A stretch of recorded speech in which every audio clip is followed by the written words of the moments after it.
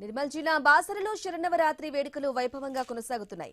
సరస్వతీదేవి బ్రహ్మచారిణి అలంకరణలో దర్శనమిస్తున్నారు. ఆలయ వైదిక బృందం అమ్మవారికి పులిహోరను నైవేద్యంగా సమర్పించింది. ఇక సరస్వతీదేవిని దర్శించుకుని భక్తులు మొక్కులు తీర్చుకుంటున్నారు.